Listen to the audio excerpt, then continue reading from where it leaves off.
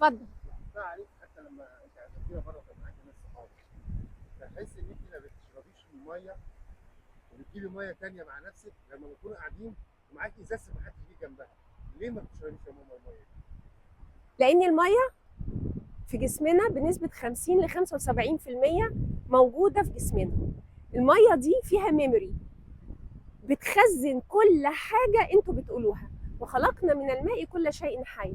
فانت لما تقعدوا تتكلموا في حاجات نيجاتيف، الميه بتخزنها. انت تيجي تشرب الميه دي، بتخش خلايا جسمك وتأثر عليك بطريقه مش كويسه وغير صحيه بالمره، ولا على نفسيتك ولا حتى على الاميوني سيستم بتاعك.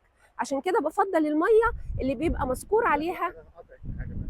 يعني حتى الميه احساسها عادي ان هي ممكن تحس ان ممكن جزء اور نيجاتيف طبعا لان في اور عالم someone else.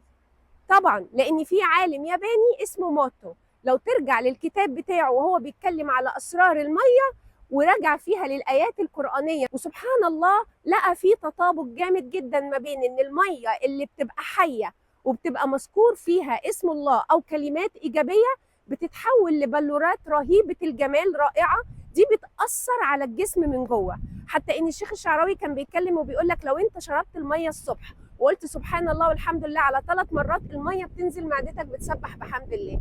فليه اخد الميه اللي جنب الناس وهم بيعملوا مجادلات ومهاترات؟ ما اشربهاش. كويس، سؤال كويس. شكرا. باي.